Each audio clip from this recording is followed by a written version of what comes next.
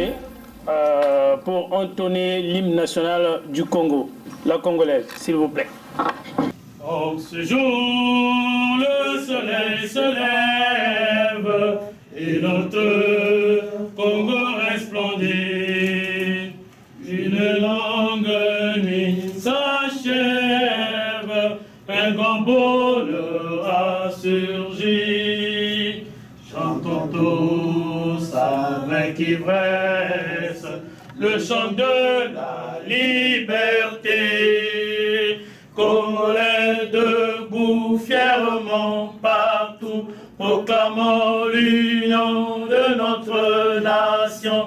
Oublions ce qui nous divise, soyons plus unis que jamais. Vivons pour notre devise, unité, travail, progrès. Vivons pour notre devise, unité, travail, progrès. Merci beaucoup, mes chers compatriotes, distingués invités, mesdames et messieurs. J'ai l'honneur, très respectueusement, de vous saluer au nom de toute la communauté congolaise de Montréal et du Canada, au nom du mouvement citoyen Le Carton Rouge et à mon nom propre.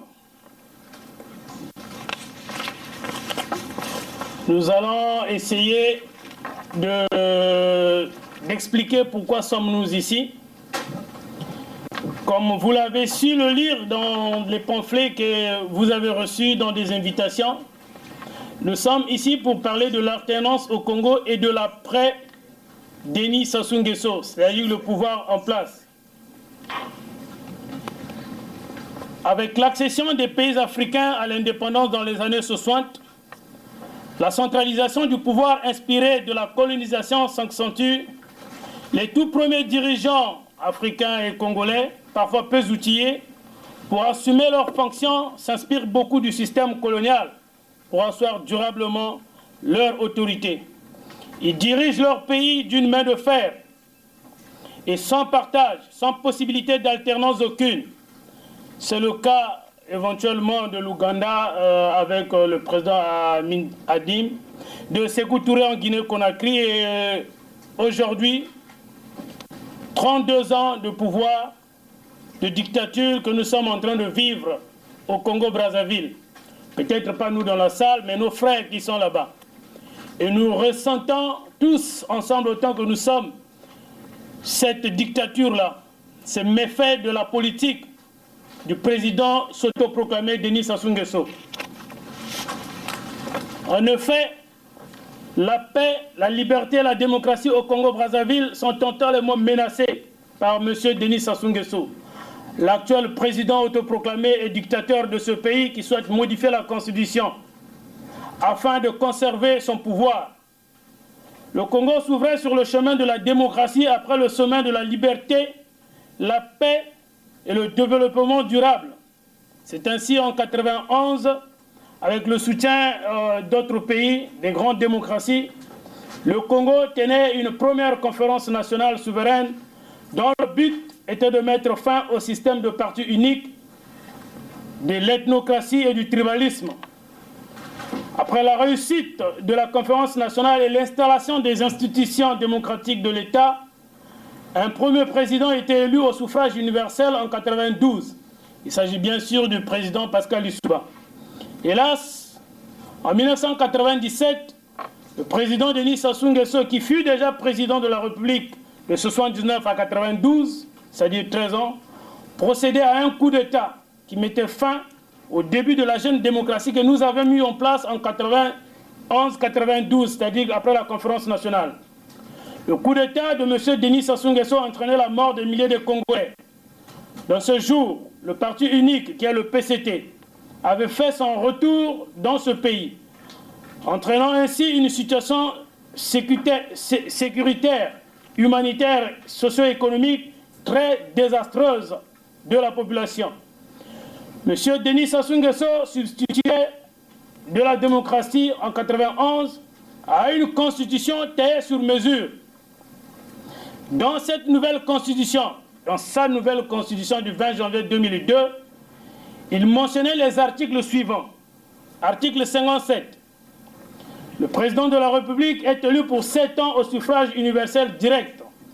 Il est rééligible une seule fois. L'article 58. Nul ne peut être candidat aux fonctions de président de la République s'il est âgé de 40 ans au moins et de 70 ans au plus à la date du dépôt de sa candidature. L'article 185.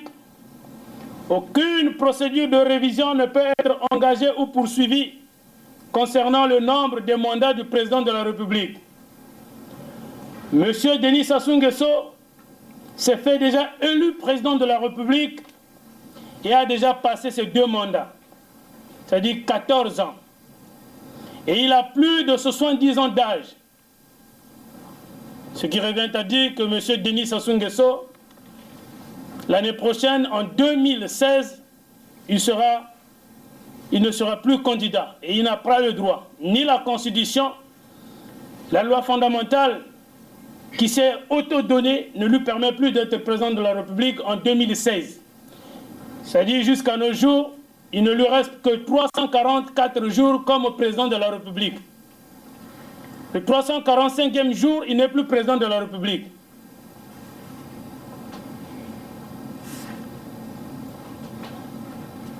Et l'article 185 lui donne une interdiction formelle et totale. L'université au Congo-Brazzaville, si nous essayons de faire le bilan de ces 32 ans de pouvoir, de 79 à 92 et de 97 jusqu'à nos jours, l'université est quasiment inexistante. Il y a manque de matériel, des professeurs qualifiés, des conditions d'études. Le chômage a atteint un sommet le plus haut. Nous avions suivi lors de son dernier discours, par exemple, se vanter de son bilan, mais nous savons tous que c'est un bilan farfelu, c'est un bilan qui a été trafiqué. Le chômage au Congo a atteint aujourd'hui 2%. Plus de 85% de Congolais ne sont pas dans la fonction publique. Alors la nouvelle génération qui se veut consciente, constructive et ambitieuse doit désormais prendre son destin en main. Pour être crédible face à la destruction quasi continuelle du tissu social par le pouvoir actuel, un nouveau visage de la politique est non seulement nécessaire, mais s'impose, puisque comme une exigence pour reconquérir l'adhésion d'un peuple à l'abandon et afin de restaurer la démocratie que nous avons acquise en 92 et afin de restaurer les institutions du Congo mises à plat par le pouvoir dictatorial du président Denis Sassou Nguesso. Mes chers compatriotes, au dernier sommet de l'Union africaine à Addis Abeba, le secrétaire général de l'ONU a rappelé aux dirigeants africains de ne pas s'accrocher au pouvoir. Appuyant en cela les propos de son représentant en Afrique centrale, M. Abdoulaye Bathily, qui a déclaré « Quand on n'a pas besoin de modifier la constitution d'un pays pour simplement maintenir un individu à la tête de ce pays ». Et tout récemment, nous avions suivi les déclarations du président américain Barack Obama, qui lui, à Addis Abeba, a martelé en ces mots les présidents africains qui pensent qu'après eux, leur pays vont connaître le déluge, c'est qu'ils n'ont rien compris. Alors nous pensons aujourd'hui que le Congo n'a pas besoin d'un homme fort. Le Congo a besoin des institutions fortes. Et c'est ensemble que dans cette salle, nous allons écrire une nouvelle page de l'histoire de notre pays. Nous avons invité des Congolais qui viennent des États-Unis, de Paris, de Toronto, d'un peu partout au Canada, pour qu'ensemble, nous puissions trouver des solutions aux mots qui riment notre pays, le Congo-Brazzaville. Par ces mots, je déclare ouvert le premier congrès de l'opposition nationale ici au Canada. Je vous remercie.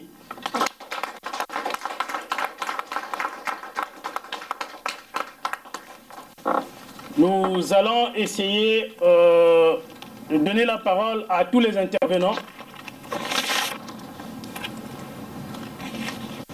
Nous allons commencer par M.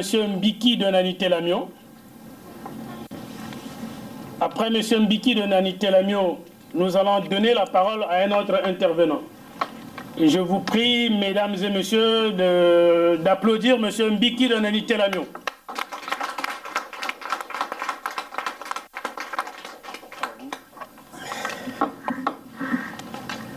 Madame, Monsieur, Mademoiselle, chers compatriotes,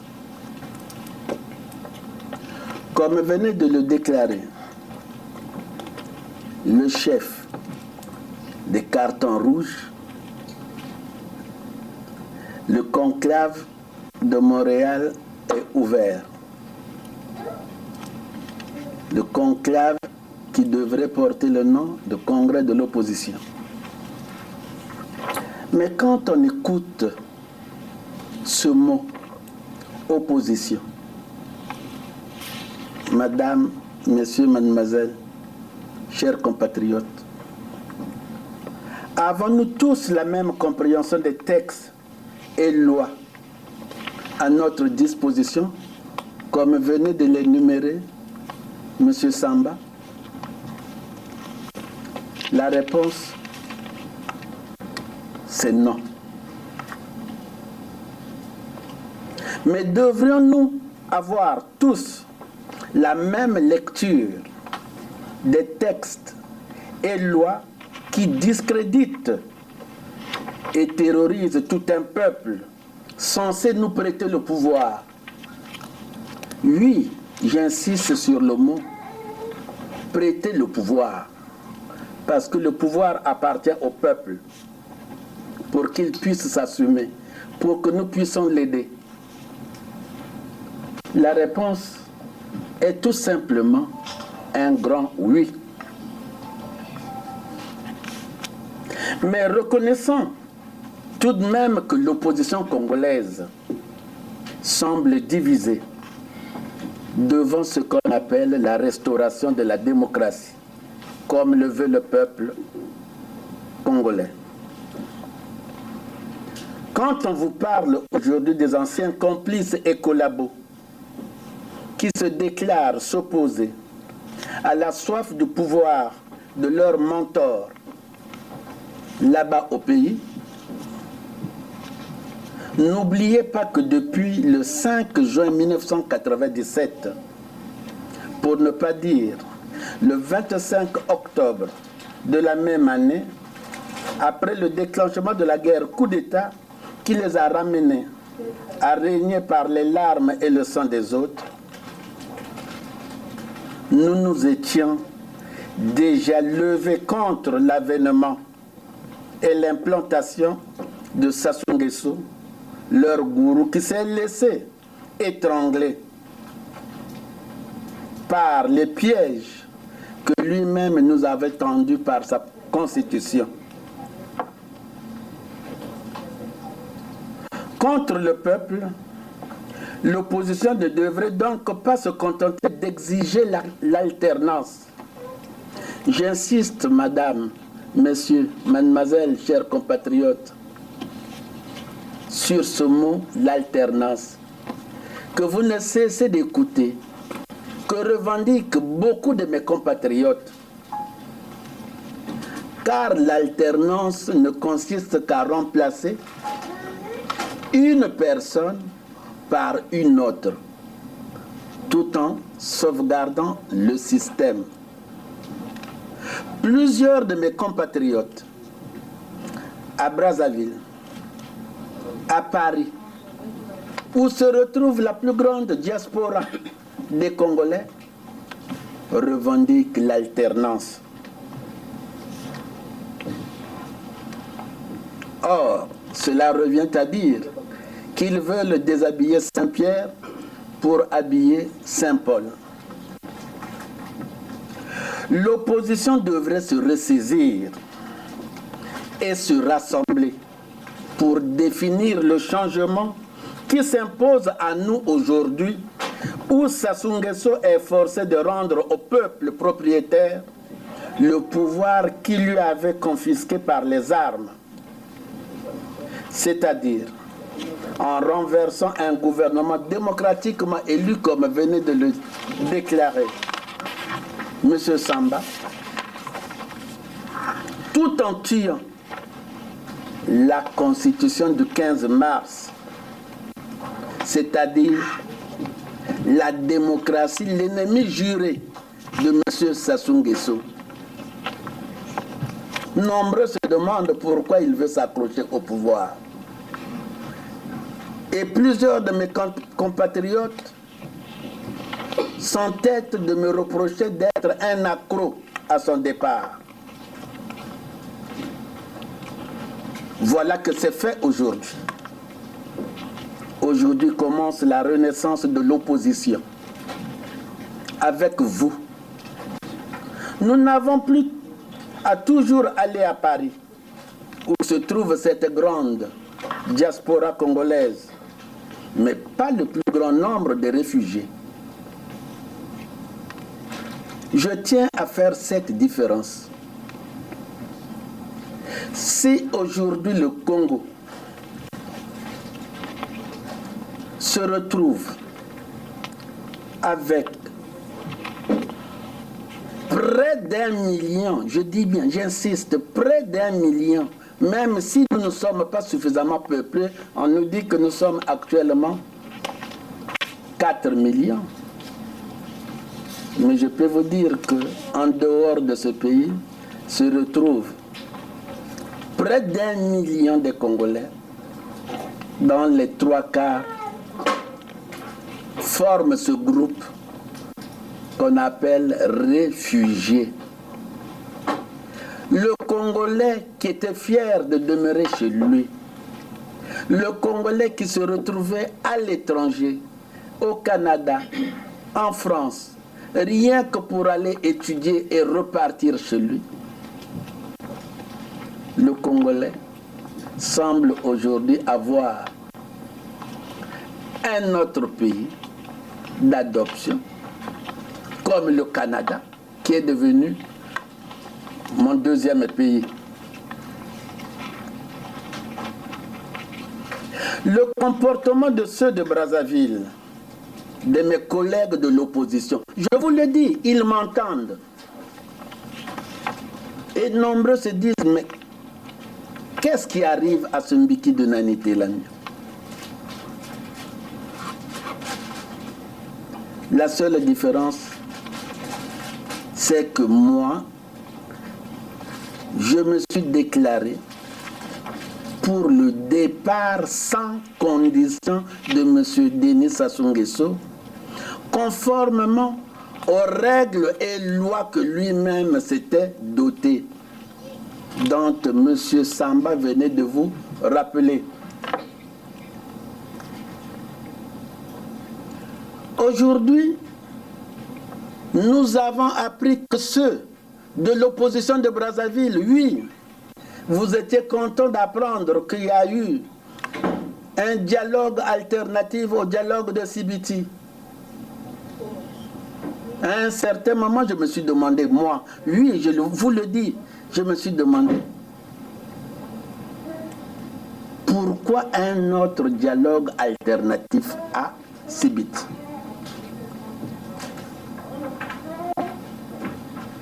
J'ai été surpris de les voir un peu assemblés, pas rassemblés.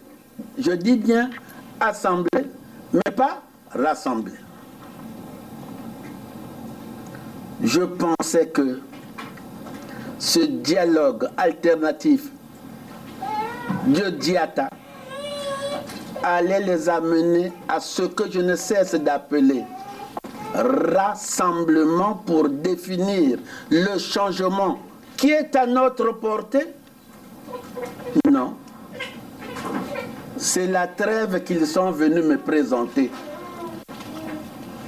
Ils se déclarent opposés au régime de Denis Sassou Nguesso et les voilà qui déclare une trêve à M. Denis Sassou Nguesso pour lui permettre à mieux accrocher au pouvoir.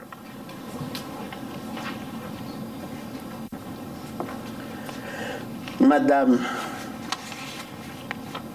Mademoiselle, Monsieur,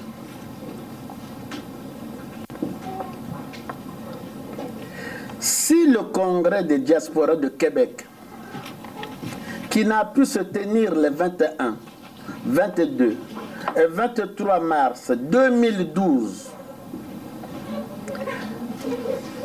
avait fait trembler Brazzaville, mais pour être récupéré par une autre frange qui se réclame diaspora congolaise dirigée par une grande dame dont je me réserve de citer le nom, mais vous la connaissez. Elle est à Paris. C'était tout juste à cause de ces multiples hésitations des membres de l'opposition. Car le 18 décembre 2009, nous nous sommes retrouvés au Palais Bourbon pour lancer un appel au rassemblement afin de définir le changement. Nous avons attendu. Cette grande diaspora de Paris s'engager sans les voir venir. Qu'à cela ne tienne. Le conclave de Montréal qui se tient après les assises de Paris, qui s'était organisé à la suite du congrès de l'opposition de Genève, a été convoqué pour accroître le leadership de l'ensemble de l'opposition qui exige la responsabilité, la transparence et l'engagement de chacun d'entre nous qui nous réclamons du départ sans condition de Sassou Nguesso avec tout son système contre les miettes de peu de valeur qui veulent toujours ébranler certains esprits faibles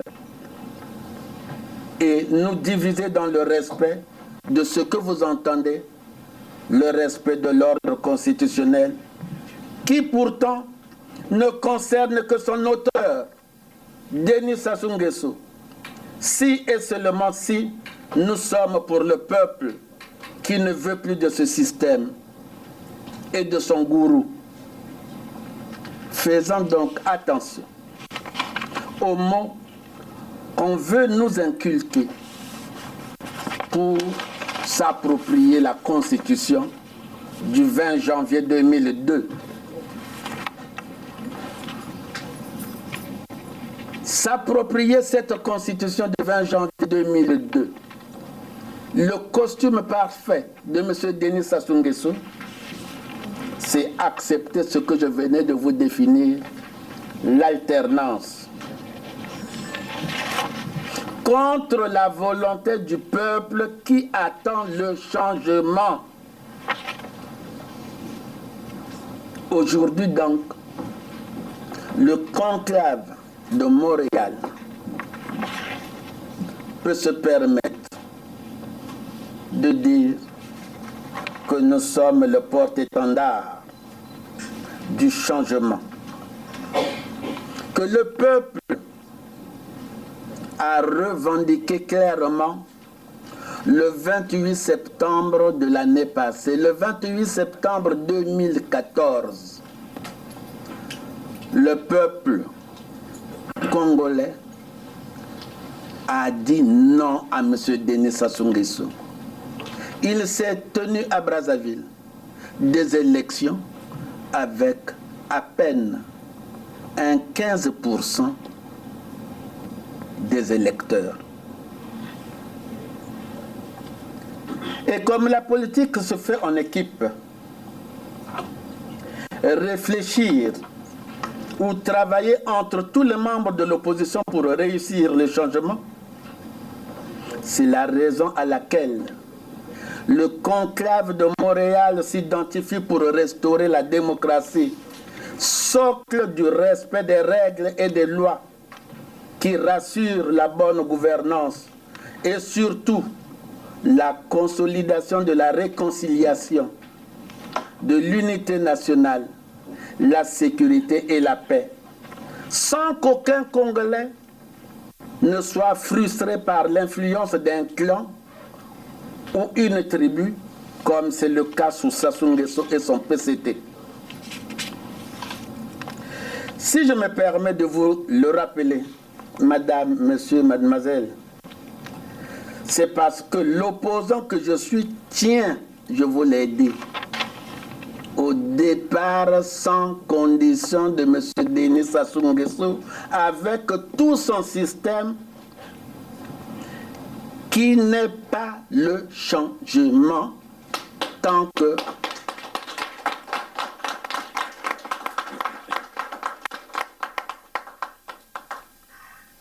nous sommes donc aujourd'hui opposés à une idée, une opinion et à un clan qui a un système dont les méthodes sont incarnées par une seule personne sans cœur, Sassou Nguesso, que plusieurs de ces naïfs extrémistes fanatiques prennent pour un immortel.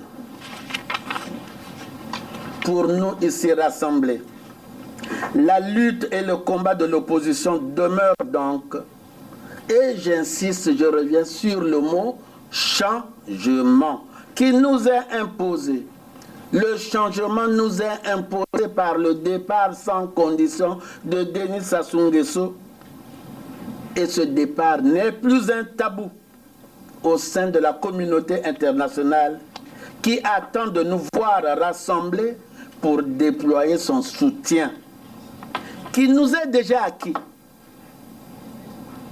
Le cas du multimilliardaire neveu qui voudrait se réfugier ici au Canada, n'est-il pas un exemple pour démontrer que la communauté internationale est avec nous?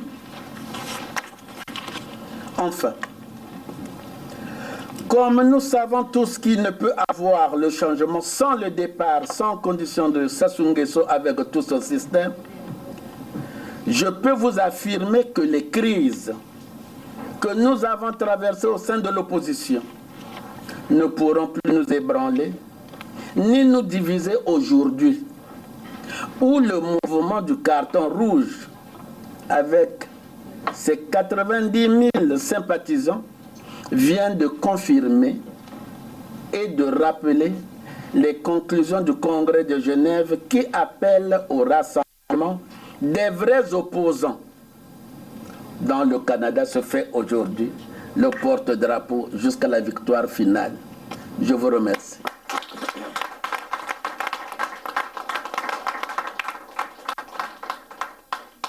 Notre engagement à défendre la démocratie n'est donc pas négociable. Et nous allons défendre cette démocratie coûte que coûte, partout où besoin il sera. Dans la boue, devant les officines, devant les grandes institutions internationales. Et d'ailleurs, nous avons été reçus, comme a su le dire M. Mbiki de Nani Telamio, ici au Canada, dans plusieurs institutions. Donc, le ministère des Affaires étrangères, l'Assemblée nationale, qui nous a d'ailleurs donné ici un document que la francophonie avait mis en place, tous les pays dont le Congo avait ratifié. Et dans ce document, il est interdit, le Congo avait signé que Denis Sassou Nguesso ne changera jamais la Constitution. Il a signé devant ses pairs, devant les institutions internationales, l'ONU, l'Union africaine, et ce document nous avait été remis à l'Assemblée nationale par la vice-présidente de l'Assemblée nationale que nous avions rencontrée il y a de cela 2 à 3 semaines à peu près. Voilà pourquoi j'ai dit notre engagement à défendre la démocratie n'est pas négociable. soyez-en sûrs que Sassou Nguesso ne sera plus président de la République en 2016. Nous donnons la parole à M.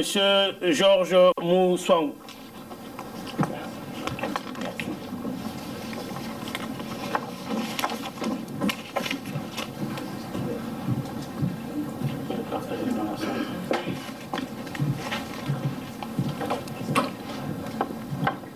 Merci Sosten, chef citoyen du mouvement citoyen Carton Rouge. Vraiment, la portée à la victoire est à notre portée. Le changement que nous attendions tous arrive à grands pas. J'avais rédigé un long discours pour chercher à faire une rétrospective exhaustive face à tout ce que nous avions connu au Congo, tout ce que nous connaissons à date. Mais cela est presque inutile parce que le doyen Mbiki de Lanité-Lamion a su cerner tous les points pertinents du problème qui nous concerne. Nous tous ici, en tant que Congolais, je pense que jusqu'à un moment donné, nous vivons d'une honte. D'une honte qui couvre notre nation. Face au comportement de nos compatriotes qui sont sur place au Congo, je ne parle pas de ceux qui ont le cerveau formaté pour soutenir le système en place, mais notamment de l'opposition. Là encore, le doyen Mbiki de Lanité-Lamion vient de nous faire la démonstration. Le changement de la Constitution, la question constitutionnelle ne peut plus être énumérée. C'est une diversion de la part du pouvoir. Ce n'est pas la question fondamentale. Parce qu'aujourd'hui, ils ont des astuces, des stratégies, c'est politique, pour demander aux citoyens congolais de manipuler plutôt les citoyens congolais de gauche et à droite. Mais ça fait partie de leur jeu parce que le président de la République, Denis Sassou Nguesso, a fait la politique avec non seulement sa famille, mais son clan, ses amis, depuis toutes ces années. Pour réussir dans ce pouvoir, il faut faire mal. Il y a tellement des exemples. S'il faut les énumérer, on restera ici jusqu'au lendemain matin. Il y a des preuves. Il y a des preuves, je peux vous en citer 2 ou 3. Le cas, pour avoir une promotion, le cas du ministre Thierry Mungala. Il a fait mal là où il était, ça n'a pas commencé là. Quand il était en opposition à Mwinda, c'était un autre langage. Il est allé après 97, il était conseiller du chef de l'État, donc on n'allait pas être confronté au problème de la fibre optique d'aujourd'hui. D'ailleurs, la technologie est presque désuée. Hein? Voilà, il est resté figé là-dessus et il a eu une promotion. Le problème des fréquences, on l'a suivi un peu dans les médias de gauche à droite. Il a encore eu raison de faire mal. Et voilà, aujourd'hui, il a une promotion. C'est le cas de Mampouya. L'éducation nationale, c'est un chaos, c'est une honte pour la République. La plupart ici, il y a des enseignants. Au pays, on pourrait peut-être faire mieux. On demande, ils ont un langage qui est hors du commun. Ils disent, vous êtes jaloux de nous autres. C'est comme si on n'attendait plus que ça. C'est une honte. Donc il faut faire mal pour avoir une promotion. Mais tout cela, il faudrait que ça s'arrête. Il y a un point, chaque chose a un début et une fin. Mais pour qu'il y ait cette fin, on n'a pas besoin d'une fin brutale. Je pense que Sostène a dû faire un rétrospective face aux différentes années et les différents départs du président. Cette fin, aujourd'hui, arrive. L'année prochaine, il faudrait que nous consolidons tous nos efforts, je dis bien tous nos efforts, que nous nous rassemblons tous pour barrer le chemin aux partis au pouvoir, aux personnes qui ont des cerveaux formatés pour soutenir le pouvoir en place aujourd'hui. Il faudrait qu'on soit un et fort. Nous pouvions avoir nos divergences, nous pouvons avoir nos querelles, mais pour l'intérêt de toute une nation, il faudrait qu'on arrive à se rassembler, qu'on soit un seul. Et le temps presse. L'opposition aujourd'hui s'exprime d'une voix que moi j'interprète cela comme étant une voie d'accompagnement. Quand le parti au pouvoir lance un slogan, eux ils sont derrière en train de contrer ce slogan. Ils accompagnent le système. C'est pour cela qu'on demande qu'un changement carrément du système, du président de la République, le départ de Sassou Nguesso et son système, sans condition. C'est ça le fondamental aujourd'hui. Mais en même temps, je lance appel à tous nos compatriotes, que ce soit de la diaspora ou encore ceux qui sont au pays. Il faut commencer à mettre les efforts, nos efforts, sur ce que nous avions l'expertise.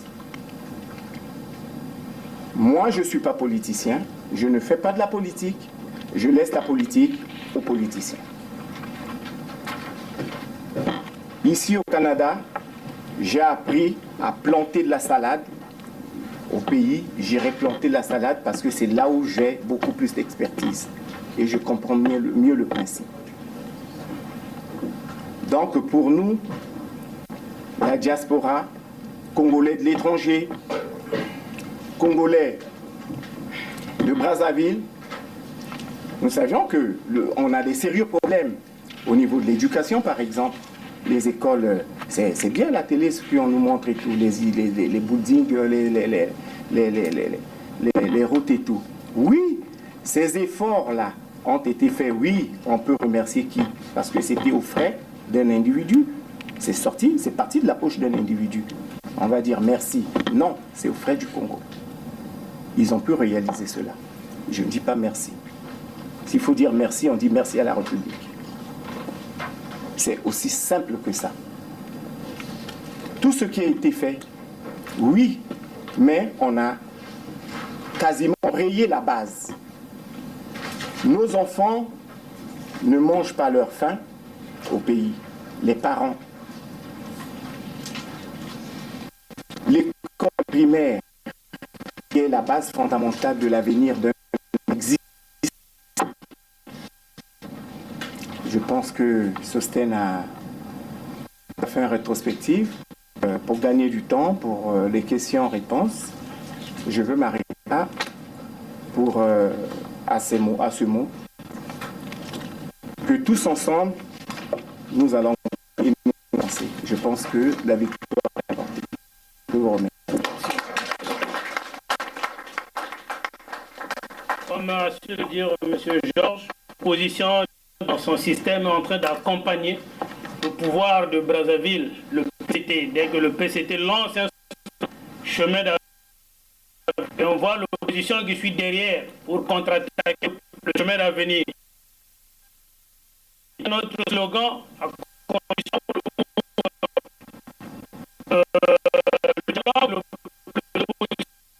ça doit s'arrêter. Ça doit s'arrêter. Nous allons passer la parole à M. Pierre Malika du MCCD un autre mouvement politique qui est ici avec nous et qui vient des États-Unis. Merci, Monsieur le Père, à vous la parole.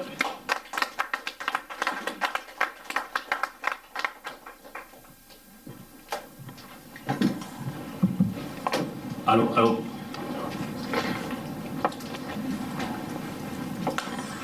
Mesdames et messieurs du Présidium, mesdames et messieurs les participants, chers amis, 3 semaines, jour pour jour, après le grand meeting de Paris qui a réuni des forces vives de la diaspora en commémoration du 55e anniversaire de notre indépendance, c'est avec un sentiment de grand honneur et une grande émotion que je me permets, au nom du mouvement congolais contre la dictature et de son président, M. Bruno Moïse, de prendre la parole devant cette illustre assemblée. Mesdames et messieurs, les participants, chers amis, comme l'avait signifié M. Bruno Moïse, président du mouvement congolais contre la dictature, lors de l'interview qu'il a accordée à la chaîne de radio canado-congolaise animée par l'une de nos grandes journalistes,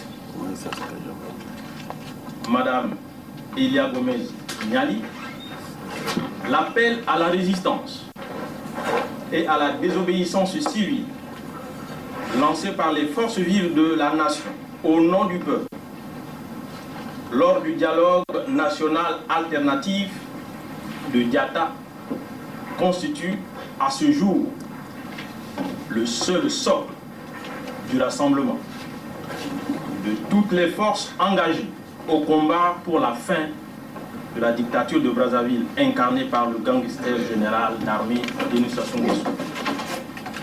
Ainsi, le mouvement congolais contre la dictature, la voix du peuple libre, souhaite que toute réflexion et toute analyse à ces travaux devrait aller dans le sens de relayer et renforcer cet appel à la résistance de notre peuple contre le changement de la Constitution du 20 janvier 2002.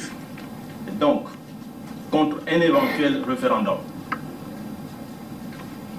Après la victoire de cette première bataille, nous devrons, par la suite, exiger la création consensuelle des institutions qui permettent l'organisation et la tenue d'une élection présidentielle libre, transparente et démocratique. En clair, la gouvernance électorale.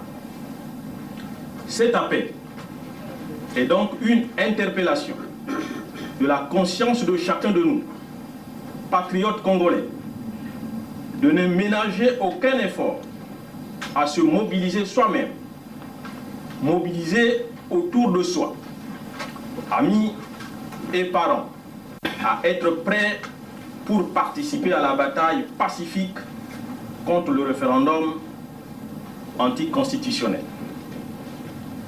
Le mouvement congolais contre la dictature, par ma voix, propose donc à cette illustre assemblée qu'au-delà des dynamiques de partenariat qui existent sur la base amicale, fraternelle ou subjective, soit mise en place une vraie et objective dynamique de rassemblement des forces vives de la diaspora congolaise en Amérique. Dynamique qui devra nécessairement travailler en grande synergie avec, d'une part, les forces vives de la diaspora congolaise en Europe et d'autre part, les forces vives de la nation réunies autour du FRO-CD-IDC. Et celle-ci devrait en toute évidence mener des actions diplomatiques réfléchies et concertées auprès des acteurs sociaux politique d'Amérique du Nord, dont les deux pays, le Canada et les États-Unis, représentent à eux seuls des moteurs de la puissance économique et politique du monde du XXe siècle. En effet, le mouvement congolais contre la dictature, Amérique, se réjouit de participer pleinement à une telle initiative et vous rassure de sa totale disponibilité. Cette dynamique, en effet, sera un socle fort pouvant dégager les grandes orientations de notre action commune pour la libération de notre pays et le bien-être de notre peuple, et pourra nous faire éviter les erreurs du passé. Chers amis et grands combattants Samba, en initiant un tel événement avec le mouvement Carton Rouge, vous venez de faire montre d'un engagement réel qui permet de comprendre qu'il y a une autre façon de faire de la politique, de placer haut l'intérêt général, celui de notre peuple d'abord et avant toute considération. À cet instant, il nous revient à nous tous le devoir de nous engager dans ce combat noble pour la liberté de notre peuple, et cela exige la construction d'une dynamique qui tienne compte de l'expression de toutes les générations et de toutes les sensibilités. Mesdames et messieurs les participants, chers amis, alors que toute la communauté internationale, impulsée par les exigences du Canada, de la France et de la première puissance du monde, est plus que jamais mobilisée pour soutenir les peuples engagés contre les hommes forts, tentés d'affaiblir les institutions. Nous pouvons nous permettre de rater ce moment de l'histoire et laisser le dictateur Denis Sassou Nguesso mourir au pouvoir. Lèvons-nous comme un seul homme, dans le respect de nos divergences, pour exiger et obtenir le départ du dictateur Denis Sassou Nguesso. Mes très chers amis, je ne saurais terminer mon propos sans saluer au nom du mouvement congolais contre la dictature le courage dont a fait montre ce grand pays, le Canada, en présentant la candidature victorieuse de Madame Jean-Michel au poste de secrétaire général de la francophonie, plus grande institution culturelle et politique qui réunit tous les pays partageant une même et seule langue. Cette candidature, soutenue par le président français, contre celle d'Henri Lopez, présentant par le dictateur de Brazzaville, est une preuve d'affaiblissement de l'homme qui maintient notre peuple à la servitude depuis des décennies. Et la preuve du rejet de sa personnalité et de sa diplomatie basée sur le mensonge. Après ce rejet, il nous revient le devoir de finir le job afin de dégager cet homme ambigu, égoïste, assassin et assoiffé du pouvoir. Lèvons-nous ensemble comme un seul homme.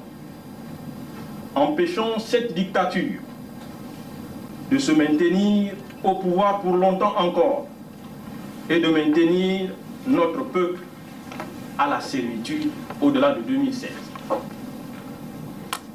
Chantons tous, chers amis et chers compatriotes, la Congolaise, c'est une symbole de liberté de notre peuple et de la naissance de notre nation. Vive le mouvement congolais contre la dictature, vive le peuple libre, l'espoir d'un peuple, le rêve d'une nation. Vive la conférence de Montréal. Vive la liberté, la démocratie et la paix. Vive le Congo et son peuple libre.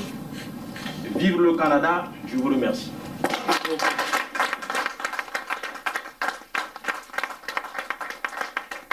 Comme a su le dire notre cher compatriote, M. Pierre, du mouvement citoyen Le Carton Rouge, l'heure est venue donc pour mettre M. Denis Sassou Nguesso, le gangster général d'armée autoproclamé, hors d'état de nuire. Battez-vous donc pour votre liberté, réclamez le droit, la démocratie et un vrai changement. Il a su le dire, le Canada s'est levé parce que nous avions entrepris des démarches dans beaucoup des institutions ici au Canada.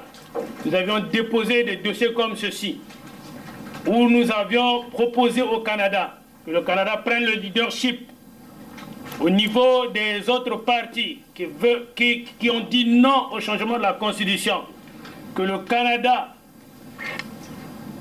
qui est longtemps resté en marge de ce qui se passe au Congo, aujourd'hui se lève. Et dans ce document que nous avions déposé dans tous les ministères ici, nous avions réclamé que le Canada devrait geler les avoirs de ces dignitaires du pouvoir de Sassou Nguesso, que l'accès au Canada devrait être interdit à ces dignitaires-là. Ça se trouve dans ces documents. Et M. Pierre ici nous a fait l'illustration. Le Canada a tenu parole. Et nous remercions le Canada et le peuple canadien. Merci. Nous allons accorder maintenant la parole à M. Bernard Pongui, le secrétaire général du mouvement citoyen Le Carton Rouge. Merci. Merci. Je vais faire ce qu'on appelle le discours animation. Donc, permettez-moi de pouvoir me lever et puis je vais être à côté de mon computer.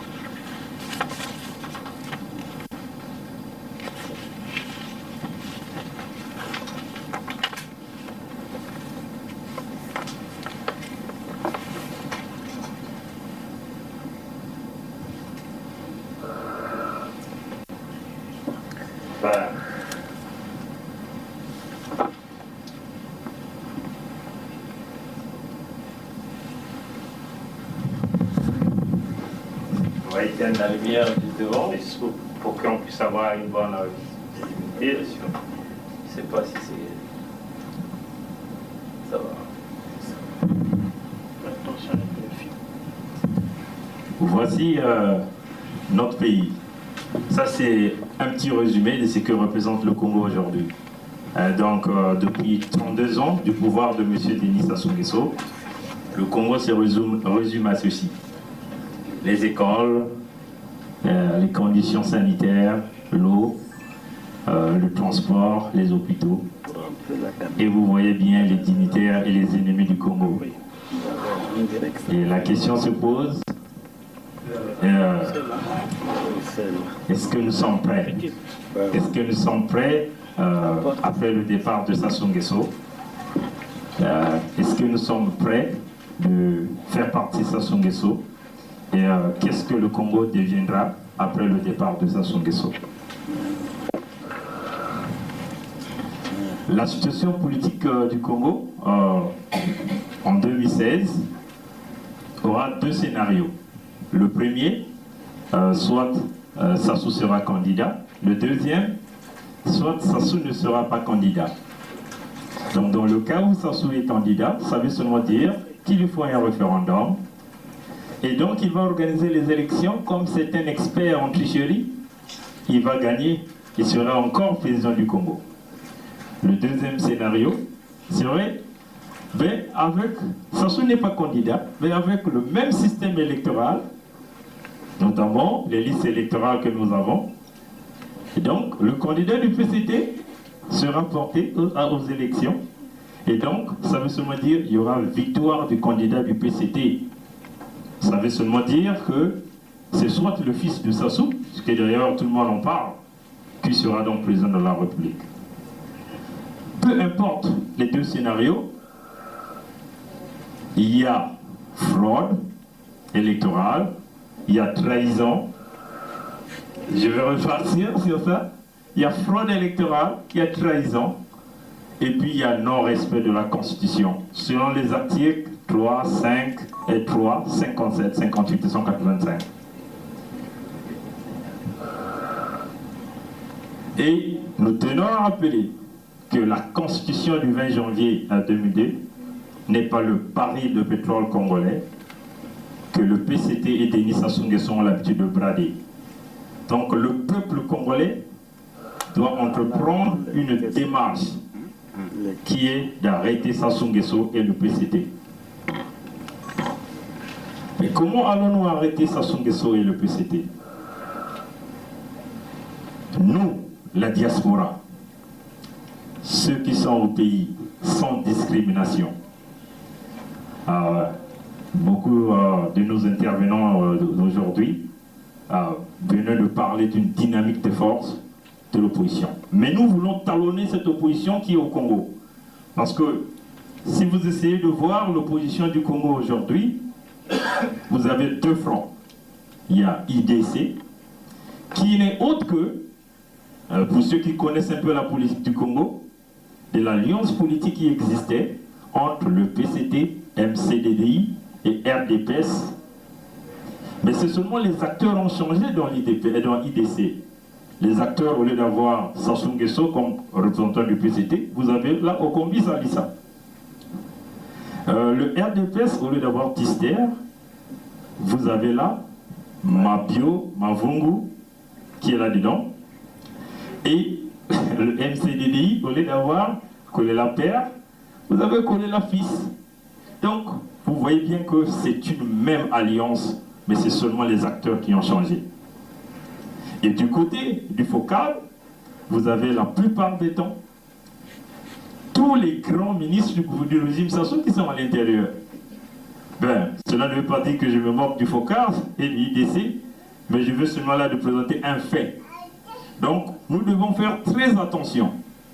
L'opposition travaille avec son maître, qui est Denis Sassou Nguesso, qui place des acteurs comme des pions et qui sont prêts encore à déjouer les Congolais, à nous enrouler dans la farine.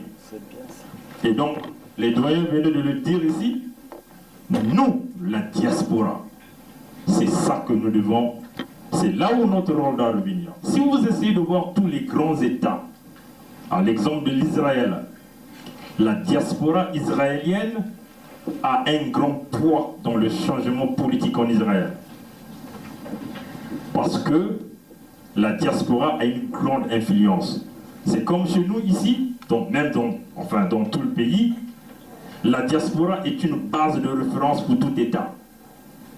Et tout un chacun de nous a un parent au pays. Quand vous envoyez de l'argent au pays, on vous trouve comme un petit dieu, comme un roi. Pourquoi? Parce que vous êtes à la diaspora, vous avez cette opportunité. Nous allons talonner l'opposition congolaise, que ce soit le FOCAD, que ce soit IDC. Comment allons-nous le talonner? On va mettre en place ce qu'on appelle le Conseil national de transition. Le doyen du mouvement MCCD venait de le dire ici, M. Pierre venait de le dire, il nous faut une dynamique. En fait, c'est le même terme, que ce soit cette dynamique des forces de l'opposition d'Amérique du Nord, qui va travailler en collaboration avec ceux d'Europe. C'est dans cette même vision que moi je vois ça, que nous travaillons ensemble, c'est-à-dire nous voulons avoir un poids dans le changement politique au Congo. Que notre voix de la diaspora puisse être une voix qui sera comptée. On ne va pas être sur un banc assis, laisser l'opposition au Congo qui travaille avec Sassou, avec l'argent d'Ngiri, et décider sur l'avenir du Congo. Non, nous ne voulons plus de ça. Nous allons prendre ce leadership. L'opposition du Congo ne va pas être au-dessus de nous, la diaspora. Ils doivent travailler avec nous. Ils seront obligés de se connecter avec nous. Et ce Conseil national de transition va donc éviter le vide politique qui existe, parce que présentement, moi je considère, nous, réellement dans le mouvement citoyen du carton rouge, nous considérons qu'il y a un vide politique qui existe au Congo.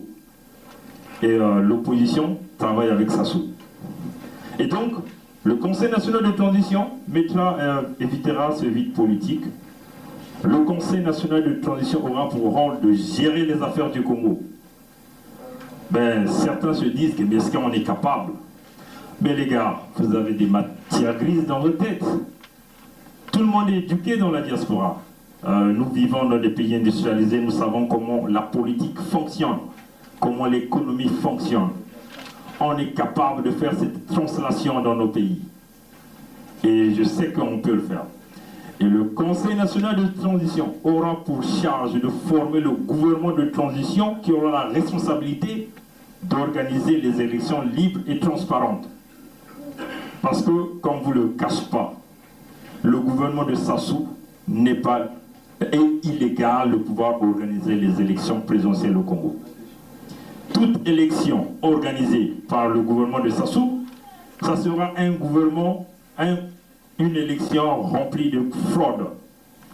Et ça veut seulement dire quoi? Ça veut seulement dire que nous allons tourner en rond. Et nous, et aussi avec le temps qui nous reste avec les élections de 2016, nous pensons que c'est quasiment impossible pour ce gouvernement de pouvoir organiser les élections. Déjà, ils ne veulent pas revoir les listes électorales. Et là, ils sont en train d'appeler l'opposition qui se trouve au Congo de désigner certains membres qui vont faire partie de la CONEL, c'est-à-dire la Commission nationale électorale. Donc ça montre ça montre déjà qu'il y a un problème. Donc, le Conseil national de transition aura la charge de mettre en place un gouvernement de transition qui aura la responsabilité d'organiser les élections libres et transparentes au Congo. Et déjà, cette idée, je souhaite que les frères des autres pays, comme la RDC, puissent suivre le modèle. Parce que c'est très important. On ne va pas se mettre dans des petits coins, faire du bruit séparé. Parce que quand on va en rond dispersé, c'est l'échec qui arrive. Que ce soit les assises nationales qui se trouvent à Paris, que ce soit des petits groupes qui se trouvent au pays. Nous voulons que tous nous soyons dans un petit groupe, rassemblés, comme venait de le dire tout le monde ici, rassemblés dans un groupe avec des matières grises, à mettre en place un projet. Parce que pour qu'on nous voit de sérieux, pour que les Occidentaux ou la communauté internationale nous trouve de sérieux, ils veulent voir un projet. Vous venez avec quoi? Qu'est-ce que vous proposez? C'est ce Conseil national de transition qui va donc mettre en place ce projet, un projet bien établi, avec des groupes bien ficelés, juridiques, économiques et sociaux. Et nous allons travailler pendant un mois pour mettre ce projet-là, présenter ce projet.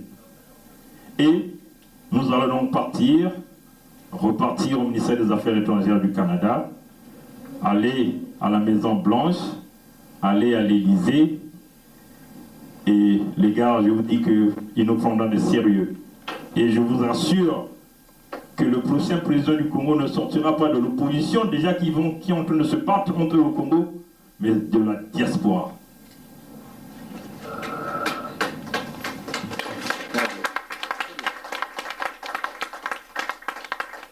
Le Conseil national de transition va être présenté au peuple congolais comme étant une unité dynamique des Congolais, aussi des gens de la société civile et aussi des religieux qu'on ne va pas oublier.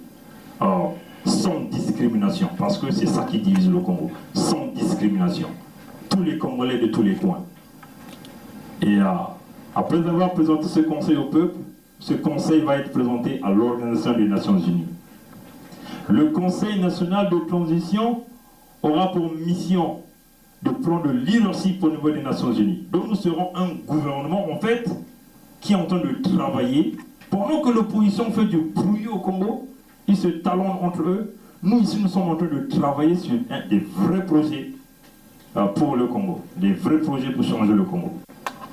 Et nous allons donc renforcer pour pouvoir éviter la destruction du Congo, renforcer des sanctions contre le régime Sassou et ses dignitaires au pouvoir. Mais les sanctions vont inclure l'interdiction de voyager des dignitaires au pouvoir.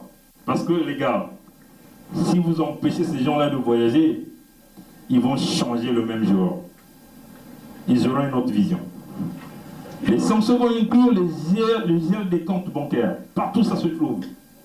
On va les geler. Et les gars, on va le faire. Déjà là, on a des dossiers en cours. On a présenté des dossiers partout. Nous sommes passés ici au Canada. Et rassemblés dans ce Conseil national de transition, nous aurons encore une force de bloquer ce système-là. Et nous n'allons pas s'arrêter par là. L'interdiction de faire des transferts de fonds à leurs parents résidant à l'étranger. Parce que nous savons, tout le monde dans ce régime a des parents à l'extérieur. On va les empêcher d'envoyer de l'argent. Donc leurs parents à l'extérieur seront affamés. Ils vont trembler. Et ça, c'est quoi? Un moyen de pression. Les sanctions ne vont pas s'arrêter par là. Nous allons aussi transférer la gestion des comptes de l'État congolais au Conseil national de transition. Ça, c'est un point, tout le monde me trouve peut-être certainement d'un fou. Ils disent, mais est-ce qu'on est capable de le faire? Oui, on est capable de le faire. On va bloquer tous les comptes du Congo gérés par le gouvernement de Sassou et le régime de Sassou. Nous, dans le Conseil national de transition, comme nous serons un gouvernement qui travaille dans l'ombre, que les Congolais appelleraient l'ombre, mais ça sera un gouvernement comme une structure reconnue par la communauté internationale. Donc ils nous donneront cette chance-là de bloquer ces comptes-là. Et nous, on va gérer ces comptes. Notre ambition, elle est grande. Ça ne va pas s'arrêter par des petits groupes, mais ça va arriver là. Et aussi, le contrôle de toutes les ambassades du Congo par le Conseil national de transition. Donc vous comprenez que si on arrive à faire ça, nous avons le pouvoir, nous avons le contrôle. Et Sassou est isolé internationalement. Tout le monde est isolé. Et nous, on dirige. Nous, la diaspora. C'est une ambition forte, mais je crois, avec les têtes que nous avons, nous pouvons arriver, nous pouvons le faire. Et là, c'est l'après Sassou, le départ de Sassou Nguesso. Sassou est parti. Qu'est-ce qu'on va remarquer? On va observer des désordres administratifs, désordres financiers, les caisses de l'État seront vides, des grandes difficultés dans tous les secteurs. Parce que ces gens-là, c'est des grands pilleurs. Ils l'ont déjà fait lors du changement de pouvoir de 1992. Et c'est ça qu'on va remarquer au Congo. Mais comment allons-nous relever l'économie? C'est là, parce que c'est ça qu'on appelle le projet. On fait du bruit, est-ce que vous avez un projet? Si Sassou dit aujourd'hui que je suis parti, je ne serai pas candidat, quel est le candidat au Congo ou dans l'opposition qui a un projet pour le Congo? Je ne pense personne à ce projet. Mais nous ici, le mouvement citoyen du carton rouge a un projet. On a déjà une vision. Et avec le Conseil national de transition, nous voulons faire réaliser cette vision. Et les priorités que nous allons envisager, premièrement, on va mettre en place un moratoire sur le pétrole et le bois congolais. Le pétrole, c'est ça qui tue les Congolais. Pas seulement les Congolais, mais aussi dans tout le pays se trouve le pétrole. C'est ça qui tue. Toutes les guerres que nous avions dans ce pays, c'est à cause de ça, le pétrole. on va mettre en place un moratoire et sur le bois. Vous savez, depuis que Sassou est président de ce pays, il n'y a qu'un seul ministre des eaux et forêts. C'est Henri Nzongo. Il est l'expert du bois congolais, ce gars. Mais on va mettre un moratoire. Il ne verra plus rien. Donc on va prendre 2 ans.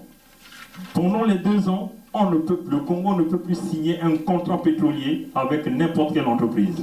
Un contrat sur le bois congolais avec n'importe quelle entreprise. Pourquoi le moratoire? Ben, ça nous permettra d'effectuer les audits sur les contrats existants. On veut savoir combien rentre dans tous ces contrats.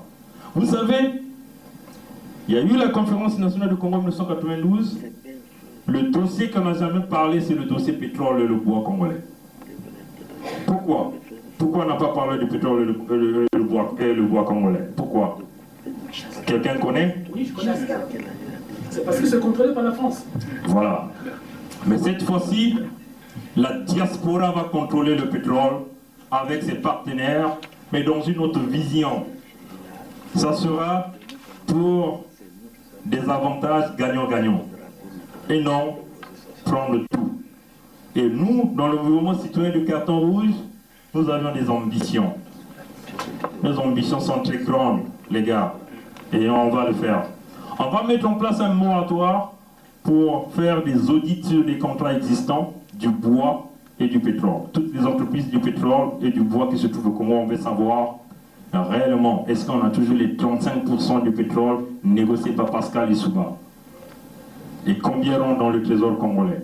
La CORAF, tout le pétrole que la CORAF récupère, est-ce qu'on a assez de carburant dans toutes les stations du Congo? Ça n'existe pas. On voit le gaz. Vous savez qu'on est un pays producteur de gaz, mais le Congolais manque du gaz. Comment on peut expliquer ça? Nous sommes que 4 millions d'habitants.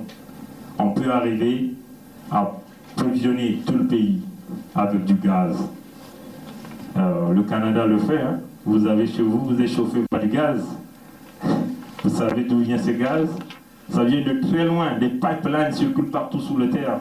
Pourquoi on ne peut pas le faire dans notre pays? C'est ça le développement. Pourquoi on ne vise pas loin? Nous, dans le mouvement citoyen du carton rouge, on vise loin. Donnez-nous cette opportunité, vous allez voir. Oh.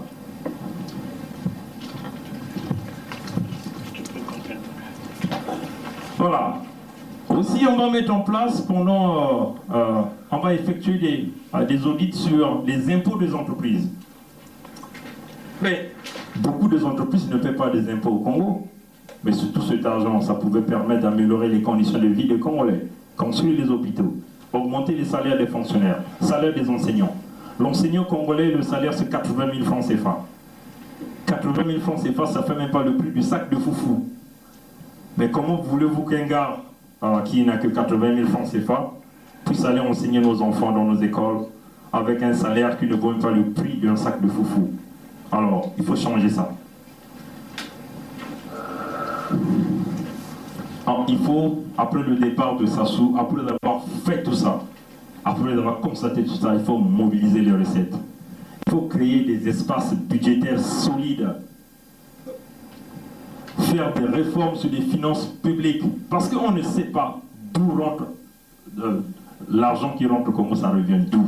Et qui reçoit cet argent. On ne sait pas. Ou on peut connaître, mais ça rentre dans la poche de quelqu'un. Non. Le trésor public existe. Nous voulons que toutes ces recettes rentrent droit dans le trésor public congolais. Que tout un chacun de nous ait cette possibilité de vérifier l'information. Parce qu'on mettra en place aussi une structure de justice, d'après Sassou, parce que ça ne serait plus la justice d'aujourd'hui. Ça sera une justice qui va travailler pour la nation. En collaboration avec la police, ça ne sera plus la police de Ndengue, ou de Obara, mais ça sera la police nationale. Travailler pour la justice du Congo. Vous détournez, vous êtes au cachot. Tout ce que vous avez, on va vous le retirer. C'est notre vision, ça. Et il faut qu'on le pense, parce que il y a des Congolais qui font de bruit, ne pensant seulement qu'à l'opposition qui va aller prendre le pouvoir au Congo, et ils font le bruit ici pour juste aller prendre un poste au Congo. Non. Nous, on ne voit pas comme ça. Nous, on veut diriger par le Conseil national de transition, par tous les Congolais, pas pour aller être ministre au Congo, mais pour s'impliquer dans la gestion du Congo. Et c'est pour développer le Congo. C'est ça notre vision. Donc, on fait des réformes sur les finances publiques. Comment on va arriver? On va donc créer des mécanismes qui vont fonctionner. Donc, une formation d'unité d'intègre, chargée de faire le lien entre la collection d'informations et le contrôle fiscal et le recouvrement des impôts. Vous connaissez les intègres, c'est des gens qui ne volent pas, des gens qui viennent pour travailler, des gens qui viennent pour apporter. C'est ça qu'on veut. Mais il y a des Congolais intègres, beaucoup de Congolais intègres. Donc on veut le faire. On veut récupérer tout cet argent-là. L'argent qui est aujourd'hui, que le fils de Sassou a investi au Canada, ou veut investir au Canada. On veut récupérer ça. Et on va récupérer ça. Avec sa maison de 1 million de dollars, on va récupérer ça. Il faut faire le contrôle des dépenses publiques. Ben, ces dépenses, hein, vous le savez, avec le projet de municipalisation accélérée, vous savez combien de milliards de fonds CFA sont injectés dans tous les départements. Mais à la fin, qu'est-ce qui arrive? Les départements sortent avec absolument rien. En fait, c'est un moyen de escroquerie que Denis Sassou Nguesso, que moi j'appelle Sassou Nguesso Denis, a mis en place pour pouvoir voler encore l'argent du Congo comme il avait fait avec son plan quinquennal et le chemin d'avenir. Donc on va mettre des organismes de suivi. La localisation et l'identification des secteurs d'influence. Ça, il faut qu'on le sache. Les gens ne pensent que l'argent ne rentre qu'au port de Pointe-Noire. Mais je vous dis que c'est faux. L'argent rentre partout au Congo, dans tous les moyens, au beach, dans tous les petits ports que nous avions, des ports fluviaux que nous avions tout au long du fleuve Congo. Dans les zones de frontières, l'argent rentre. Mais d'où va cet argent-là? Dans les poches des dignitaires de pouvoir. Et le pauvre citoyen en train de piller, de souffrir, de crier. Quand tu vas à l'hôpital, on ne peut même pas te voir parce que tu n'as pas d'argent. Ça, il faut que ça change. On va identifier ces secteurs-là. L'établissement d'une procédure de transparence, de sélection et financement de projets. Aujourd'hui, on veut donner la chance à tout Congolais qui a un projet utile, un projet qui est capable de créer des emplois pour le Congolais. On veut lui donner cette chance-là de ficeler son projet, de venir de le présenter. Il y aura cet organe des intègres qui va évaluer avec l'expert pour voir si le projet fonctionne. Si ce projet fonctionne, l'État va financer ce projet. On ne verra pas seulement le projet amené par Ndinga, Itwa, Oko, Tati, Massamba, Dar. Bon, on va voir que tu es Congolais, on ne va pas voir ton origine. On va voir ce que tu as porté dans ta tête. On va financer ce projet. C'est ça la vision du mouvement citoyen de carton rouge. Vous n'allez pas voir le carton rouge comme des gens seulement qui font du bruit, mais des gens qui ont un projet dans leur tête. Des gens qui ont une grande vision pour le Congo. C'est ça. Excusez-moi du temps sur scène, mais je vais finir ça. Je sais que tu commences à bouger la tête. Vous voulez que je continue, je m'arrête. Parce que j'ai encore des petites informations à donner. Voilà, c'est pas assez de temps. Voilà, donc on va créer des mécanismes de vérification. Formation d'unités d'experts, je vais aller plus vite maintenant. Formation des unités d'experts internationaux et nationaux. On charge de réaliser l'évaluation des périodiques. Donc on va voir si les mécanismes que nous avons mis en place, si ça fonctionne. Hein? Des audits à tout moment. Des gens vont venir périodiquement, tous les 3 mois par exemple, tous les 2 mois, on va voir est-ce que ça fonctionne. Oui, ça ne fonctionne pas, mais qu'est-ce qu'on va faire pour améliorer ça? C'est ça qu'on veut faire. Gérer les finances publiques, on verra la création du système interne de gestion, création des systèmes d'information, connexion entre les informations douanières et le trésor public. Ça, c'est très important. On veut savoir, le citoyen, qui travaille dans les fonctions publiques de l'État à Brazzaville doit savoir combien de tonnage est rentré au port de Pointe-Noire à l'instant T. C'est pas que quelqu'un l'appelle au téléphone, à l'instant T. C'est-à-dire, il vérifie le tonnage. Déjà, quand le bateau est quelque part, il sait le tonnage de ce bateau et combien ça va rapporter au peuple congolais. C'est ça notre vision. Le fonctionnaire qui se trouve à Bambama, ou qui se trouve à Betou, ou qui se trouve à Mayoko, et celui qui se trouve aussi à Madingu ou à Kinkala, il peut savoir combien de tonnage est rentré au port de Pointe-Noire, combien de marchandises, ça vaut combien au peuple congolais. Si tu veux aller délivrer un conteneur au port de Pointe-Noire, tu dois recevoir un récépissé revenant du trésor public. Un récépissé qui dit que l'argent est rentré. Et tout le monde est capable de voir combien est rentré au trésor. C'est comme ça qu'on va fonctionner. Et c'est comme ça qu'on va développer le Congo. Avec le mouvement citoyen du carton rouge. Les mécanismes d'application, création de boulevards, information, aussi Internet à grande vitesse, l'interconnexion des grandes villes. Mais on a besoin de tout ça. Mais il nous faut l'Internet pour faire tout ça. On peut le faire. Mais le grand problème, c'est quoi? Comment allons-nous réussir tout ça? Je vais bientôt conclure, ne vous en faites pas. Comment allons-nous arriver à tout ça? Ben, il nous faut quoi? La création du domaine énergétique fiable. On a un problème d'énergie au Congo. Il nous faut ça pour faire tout ça, l'Internet, connecter tout le monde. Donc, si nous essayons de voir la capacité énergétique du Congo, vous avez des centrales à gaz, des centrales thermiques, vous voyez la capacité de production que ça produit. Et les lignes de haute tension, la distance. Mais on a des grands problèmes.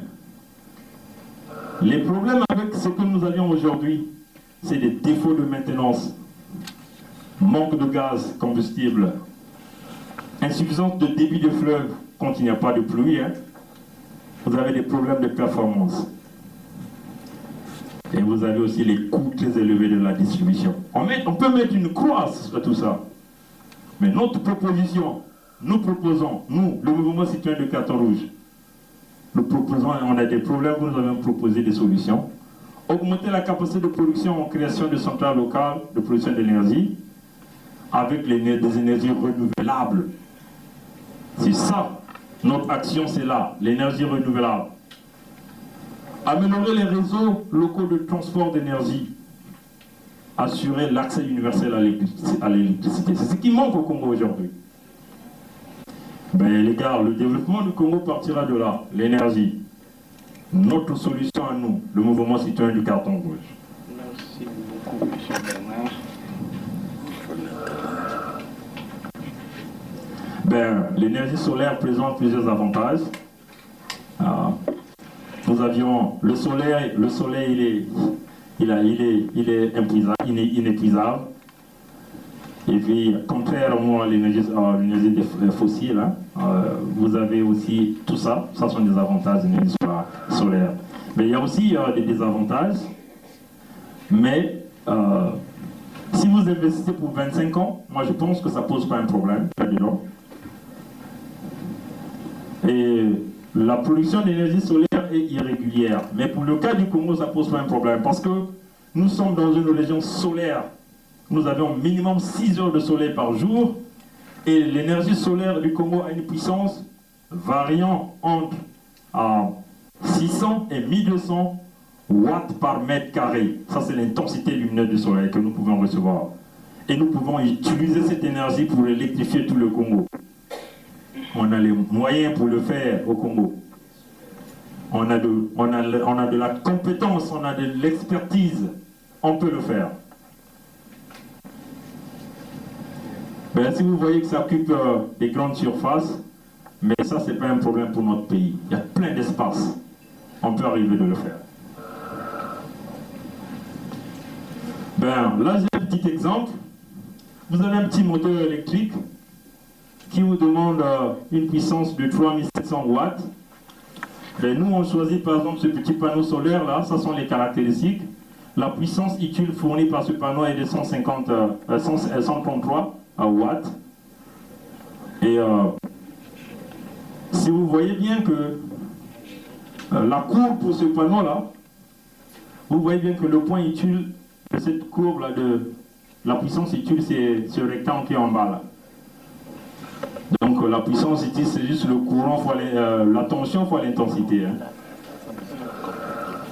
Et pour notre moteur, nous aurons peut-être besoin de 28 panneaux, hein, mais il faut optimiser et modéliser. On peut arriver autour de 30 panneaux, mais ici, là encore, il faut voir la configuration pour pouvoir... Une minute, monsieur Bernard. D'accord. Merci. Pour pouvoir avoir la tension et l'intensité que vous voulez. Bon, vous verrez bien que ça peut vous donner ça.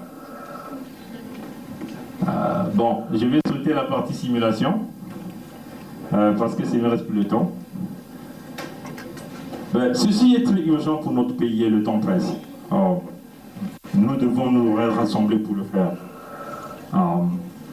Si nous ne le faisons pas, ça sera le retour à la case de départ. C'est tout ce que j'avais. Merci beaucoup. Merci beaucoup, M. Bernard Pongui, SG du mouvement citoyen de carton rouge. 2 scénarios, nous sommes capables. 2 scénarios dont M. Sassou Nguesso Denis, le gangster général des armées, président autoproclamé, est en train de travailler là-dessus. Pendant qu'il lance des slogans, l'opposition le suit. Et maintenant, nous pensons qu'il nous faut étaler et parler de l'organisation des élections. Le fichier électoral, voilà la vraie question. Parce que pendant que l'opposition est en train de le suivre dans des slogans, chemin d'avenir, la nouvelle République, que nous souhaitons bien sûr, mais la nouvelle République ne peut pas se faire avec des gens que nous connaissons. Depuis que je suis né, ce sont les mêmes noms. J'aimerais entendre demain Pongui, Samba, Malonga.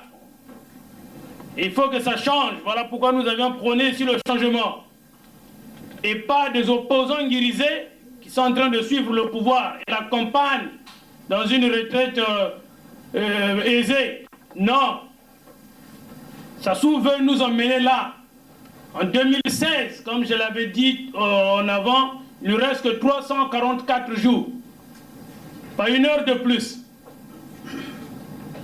Et comme a su le souligner M. Bernard Pongui, nous sommes en train de travailler là-dessus. Soyez-en sûrs, nous arriverons. Il nous faut mettre en place un dynamisme. Alors, arrivant en 2016, si nous n'attaquons pas le problème du fichier électoral, du découpage électoral, Sassou Nguesso, soyez-en sûrs, s'il ne se présente pas, parce qu'il n'en a plus le droit, il va présenter un de ses membres et c'est toujours lui qui va gérer. Alors ce que nous voulons, nous, c'est le changement, le départ sans condition de Denis Sassou Nguesso, le gangster général autoproclamé, et tout son système. Tout son système. En 2016, le 12 août, il ne sera plus président de la République. Et son fils non plus n'a pas le droit. Puisque selon la constitution de son père, il n'a pas le droit, il n'a pas 40 ans. Donc, peuple congolais, mes chers compatriotes, c'est à nous de nous lever et de réclamer ce qui nous est dû. Nous allons désormais et maintenant passer la parole à un autre groupement politique, un parti politique dénommé CUR. Monsieur Ludovic Mbani, la parole est à vous. Merci.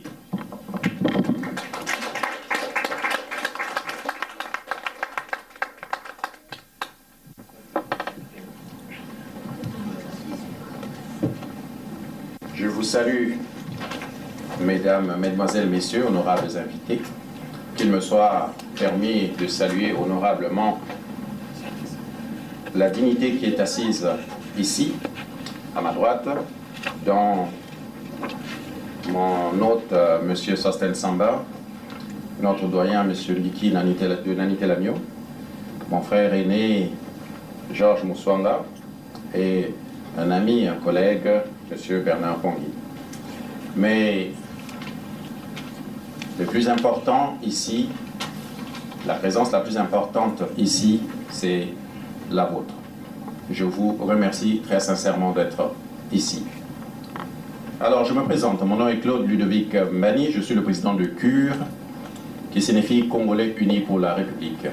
Ce parti qui a pris naissance au départ à Brazzaville et qui a finalement été enregistré ici au Canada en tant qu'association politique en octobre 2012 et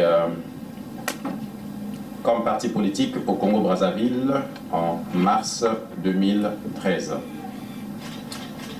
De nos jours, la situation bien évoquée par mes compatriotes ici même évolue au jour le jour. Je ne vais pas répéter la même situation que nous connaissons déjà. Cela dit, je vais donc aller un petit peu droit au but pour vous expliquer ce que c'est que CUR, la raison de sa présence notamment ici au Canada et particulièrement au Congo-Brazzaville. Si vous permettez, je vais retirer le micro, il m'a l'air un petit peu bas. Voilà, donc, excusez-moi. Je n'ai pas l'habitude de lire mes discours, je les pense au jour le jour, au fur et à mesure. Donc, CUR est un parti politique jeune, fiable, qui a pour importance de rallier tous les Congolais. C'est notre but. Nous nous inscrivons dans la logique de l'union. C'est pourquoi CUR ne se dit pas un parti d'opposition. Je vous explique pourquoi. CUR est un parti novateur. Pourquoi ce n'est pas un parti d'opposition? Simplement parce qu'au Congo, les conditions d'une opposition saine ne sont pas réunies. Ou vous êtes de l'opposition et donc vous êtes corrompu par le pouvoir, ou vous êtes de la majorité et vous êtes aussi corrompu par le même pouvoir. CUR se veut un parti simple, un parti progressiste, un parti travailliste. L'idéal qui nous unit, c'est tout simplement fédérer tous les Congolais à travers un projet de société. Le nôtre, nous l'avons baptisé Audace, parce qu'il faut de l'audace pour faire ce que nous avons, ce que nous prenons faire. Nous avons en fait, CUR est uni et relié derrière trois concepts généraux. Le premier concept qui réunit tous les autres concepts s'appelle ICI, tout simplement ICI. Vous avez entendu parler de ICI Radio-Canada, mais dans notre cas, c'est vraiment ICI, ICI, qui veut dire Intelligence Congolaise Investie. Parce que nous savons que nous avons du potentiel. Il est inconcevable qu'au Congo, même une tige d'allumette n'y est pas produite. Alors, il faut absolument changer toutes ces choses-là. Et la dynamique dans laquelle nous nous investissons, c'est-à-dire ici, réunit tous les domaines de l'excellence et de l'intelligence. Nous voulons tout simplement investir dans notre pays. Je n'y vais pas très loin, je m'engage, moi personnellement, à retourner dans mon pays pour m'y investir. Je pense que j'ai déjà donné au-delà de 18 ans de ma vie ici au Canada, et il est temps de prendre cette expertise et de l'y emmener localement, au Congo, à Brazzaville, où le peuple ne demande que cela. Alors, d'aucuns diront que oui, nous sommes assis ici, nous sommes dans, je dirais, dans un certain confort. Ici au Canada, c'est vrai, mais nous aurons pu aussi en rester là et vivre dans ce confort. Mais si vous-même, vous êtes déplacé pour venir jusqu'ici et faire partie de cette organisation, c'est parce que vous avez un besoin, vous aussi, le souci de voir notre pays exceller. Alors, pour cela, il va falloir que nous nous y investissons tous ensemble. Dans notre cas, le cas de Cure, le deuxième concept qui l'unit, c'est tout simplement, nous l'avons baptisé la trilogie H. La trilogie H veut dire l'homme, incluant naturellement la femme sans qui nous ne serions pas ici. Donc, cette trilogie veut tout simplement dire H, le premier H, en fait tous les H c'est pour l'homme, mais la première signification de l'H c'est tout simplement homme-source. Homme-source, pourquoi? Parce que sans l'homme, c'est-à-dire la femme, nous ne pourrions jamais arriver déjà à nous réunir ici. La deuxième logique de H, c'est homme-ressource. Il est en même temps source, en même temps ressource. Et donc c'est la première ressource naturelle que nous ayons, la main-d'œuvre. Et l'union des deux, la source et la ressource, veut tout simplement dire que nous avons toutes les potentialités pour faire du Congo une merveille. Je n'irai pas par affabulation, parce que nous avons déjà entendu cela avec notre père Pascal Lissouba, qui a promis de faire du Congo une Suisse. Mais c'est pas faux, c'est vrai. Simplement, il n'a pas su s'y prendre ou qu'il a été empêché. Et nous souhaiterions, avec l'ensemble de tous les Congolais que nous sommes, réussir à réaliser ce rêve, ce potentiel qui nous est donné, que nous avons tout simplement besoin de mettre en avant.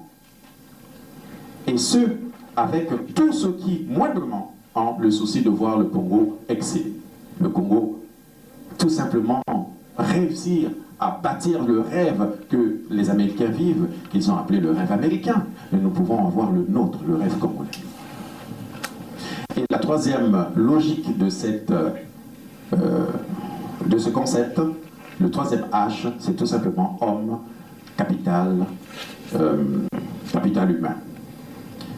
Le capital humain, c'est la concrétisation de l'excellence, de l'apogée. Si nous savons lier l'utile à l'agréable, nous arriverons à faire du Congo un pays tout simplement beau, majestueux, où tout le monde trouvera plaisir à y vivre. Et c'est pas difficile. Nous sommes à peine moins de 5 millions d'habitants. Prenons le cas du Burkina Faso. Le Burkina Faso a environ 17 millions d'habitants et une superficie moins élevée que les 342 000 km². Mais si vous voyez aujourd'hui ce que le Burkina Faso est devenu, c'est le jour et la nuit entre le Burkina Faso et le Congo. Jadis, les Burkinabés venaient étudier au Congo, aujourd'hui c'est l'inverse. Alors, pour arriver au terme de nos concepts, nous avons présenté un projet de société qui s'appelle Audace, et ce projet de société est divisé en 3 grandes parties. La première, c'est le projet de société en général. Et la deuxième partie, nous l'avons appelée Essentiel 10. Essentiel 10 réunit 10 points essentiels pour le développement d'un pays. Parmi ces 10 points, nous avons l'économie, nous avons l'administration publique, nous avons l'éducation. Nous mettrons un accent sur l'éducation parce que celle-ci revient sur un autre point. Nous avons, excusez-moi, j'ai déjà parlé, je pense, de l'administration. Bon, merci. Nous avons ensuite les nouvelles technologies qui font carrément le 4e secteur d'activité. Sans les nouvelles technologies, je ne pense pas que nous serions capables de nous développer. D'ailleurs, je remercie la présence d'un des membres de Cure qui s'occupe d'ailleurs de ce domaine des nouvelles technologies, M. Fleury Koyo, qui m'a dévancé ici. Et en marge des nouvelles technologies, parce que les technologies s'infiltrent partout, dans l'agriculture, dans l'économie, partout. En plus de des nouvelles technologies, nous avons un autre secteur d'activité, en fait, qui est le secteur primaire, mais qui réunit en son sein plusieurs départements. Par exemple, au niveau politique, qui est un secteur primaire tout à fait, dans les services, nous nous sommes dit, mais pourquoi, nous vivons au Canada, ici au Québec notamment, pourquoi le seul problème du Congo serait lié au découpage électoral? Pourquoi le seul problème du Congo serait relié à la fameuse commission soi-disant indépendante qui régit les élections au Congo? Pourquoi on ne l'appellerait pas tout simplement le DGE, de façon à ce que ce département soit inviolable, impartial et totalement autonome? Alors nous avons proposé de rendre les élections beaucoup plus transparentes avec un commissaire qui se chargera de régir tous les partis au sein d'un seul idéal, rendre transparentes les listes électorales, transparent le découpage électoral, afin que tout le monde ait la possibilité de rêver qu'il pourrait être lui aussi un élu. Parce que tel que les choses sont faites aujourd'hui, si vous n'êtes pas du PCT ou de la majorité, vous ne pourriez pas avancer. Ai-je encore du temps? 1 minute. Alors, ce qui m'emmène à notre prochain point, qui est toujours dans la logique de notre projet de société. Nous l'avons appelé ILICO 5. ILICO 5, c'est 5 points essentiels. C'est-à-dire, demain, si nous sommes au pouvoir, qu'est-ce que nous ferons? Nous avons 5 points essentiels pour lesquels nous allons pouvoir travailler. Évidemment, tous les autres projets restent à travailler en parallèle. Le premier point serait donc l'économie, qui est très importante. Nous avons pris quelques contacts ici au Canada pour qu'une fois au pouvoir, si vie nous est prêtée, que le Congolais, dans les deux premières années, mange à sa faim, tout en élevant, tout en cultivant l'essentiel de l'agriculture, afin d'atteindre la fameuse autosuffisance alimentaire que nous attendons jusqu'à nos jours, qui a été promis en l'an 2000. Le second point serait donc l'éducation. Pourquoi on insiste sur l'éducation? Parce qu'elle réunit la jeunesse. Et sans la jeunesse, il n'y a aucun espoir, il n'y a pas d'avenir. Alors, l'éducation, pour nous, est quelque chose de fondamental. À cet effet, nous avons aussi pris quelques contacts avec le collège Herzing. Nous avons pris contact avec le collège Montmorency et HEC pour nous aider à bâtir des structures qui nous permettront de former nos jeunes. Et nous savons bien que nos jeunes ont besoin de connaissances. Parce que le rêve de la jeunesse aujourd'hui est biaisé, il est perdu. Aujourd'hui, si vous parlez à un jeune, il vous dira « je veux être riche ». Mais pour y arriver, que feriez-vous? Alors, il est en train d'aller dans un sens où il lui faut absolument de l'argent, peu importe les moyens. Il pourrait atteindre à la vie, attenter à la vie de certaines personnes pour y arriver. Le rêve n'existe plus au Congo. Alors nous voulons rebâtir ce rêve. Et pour le rebâtir, la technique. Le Congo n'a pas... En fait, oui, nous avons besoin des ingénieurs, de tous ces gens-là, mais aujourd'hui, là, nous avons besoin de techniciens pour atteindre l'excellence. On va commencer par eux. D'où les diplômes de AEC délivrés ici seront indispensables au Congo. C'est pourquoi nous avons pris contact avec ces organismes. Aussi, toujours dans ILICO 5, nous avons l'administration. Vous savez quel, entre guillemets, le foutoir qu'il y a au Congo-Brazzaville. Les gens ont 2, 3, 4 salaires. Il y en a qui sont peut-être même ici, mais leur nom circule toujours là-bas. Et ils reçoivent des sous, tout simplement parce qu'il n'y a aucune cohérence entre les fichiers qu'ils ont. Parce qu'il n'y a pas d'information, il n'y a pas d'informatique. Alors il faut mettre de l'ordre dans tout cela. Aussi, il y a un autre point, relié toujours à l'économie, qui est l'agriculture. Alors, ce point est très important. Pourquoi? Nous avons pensé mettre sur pied au Congo une politique fédérale que nous avons appelée tout simplement le fédéralisme économique. C'est ce que nous proposons pour le Congo. Le fédéralisme économique permet à chacune des régions de se développer de façon autonome afin que les uns qui ne pourront pas produire suffisamment puissent être aidés par les autres qui produiront suffisamment. Ça s'équilibre par le système de péréquation géré par un système central. Alors, ces régions deviendront indépendantes, autosuffisantes et pourquoi pas atteindre ce qu'on appelle en économie ce terme-là, voyons, pour dire autosuffisant, pour atteindre la satiété. La satiété, c'est-à-dire au-delà de la satisfaction. 30 secondes, monsieur Ludovic. Nous souhaiterions arriver à ce point-là. Et le dernier point, toujours dans Illico 5, c'est le capital humain. Je l'avais expliqué bien avant. Le capital humain, c'est ce qui nous permet d'atteindre l'excellence. Avec l'excellence, il y aura sûrement des ratés, mais nous comptons sur l'ensemble de toutes les Congolaises et de tous les Congolais pour apprendre de nos erreurs et mieux faire. Mesdames, Mesdemoiselles, Messieurs, le temps qui m'était alloué tire à sa fin. Je vous souhaite une excellente continuation. Merci de m'avoir écouté. Merci encore une fois à cette organisation de m'avoir donné le temps de m'adresser à vous. Je vous souhaite une bonne soirée. Merci beaucoup, M. Ludovic Mbani, président du parti CUR. Le capital humain nous permet d'atteindre l'excellence. Et sans la jeunesse, il n'y a pas d'avenir.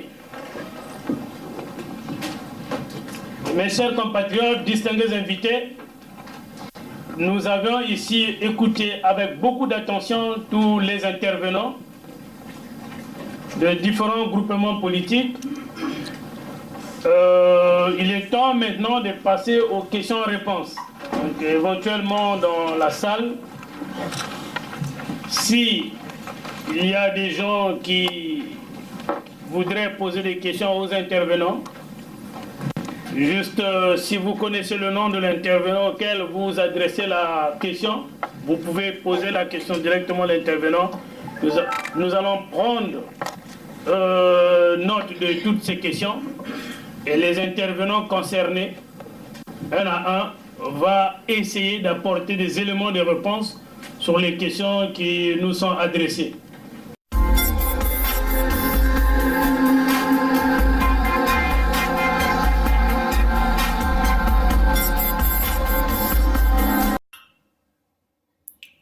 Bonjour, je suis M.